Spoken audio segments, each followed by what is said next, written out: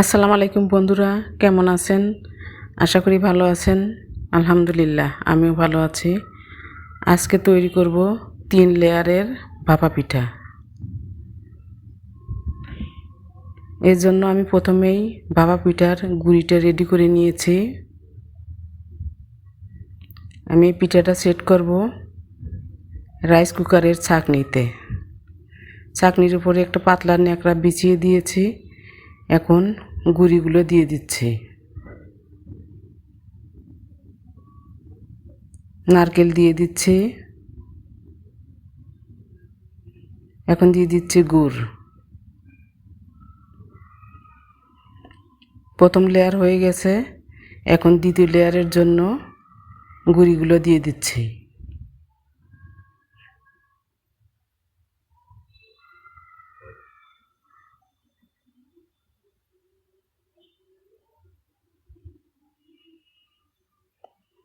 এখন নারকেল দিয়ে দিচ্ছি।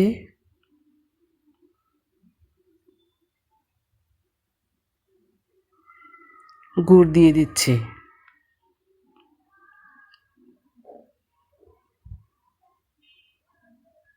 এখন চালের গুঁড়ি দিয়ে সুন্দর করে সেট করে দিব।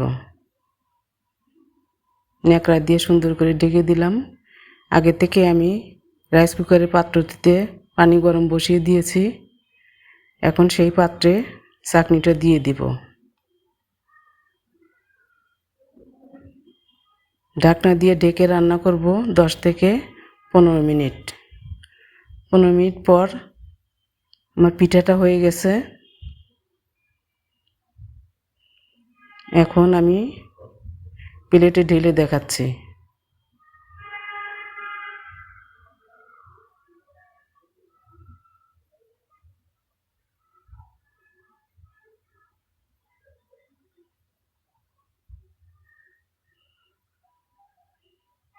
দেখুন বন্ধুরা, পিঠাটা কি সুন্দর হয়েছে।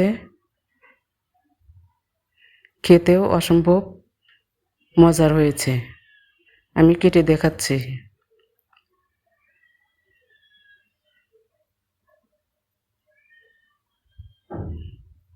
বন্ধুরা, আমার এই রেসিপি যদি ভালো লাগে লাইক দিবেন, কমেন্ট করবেন, শেয়ার করে পাশে থাকবেন। আল্লাহ হাফেজ।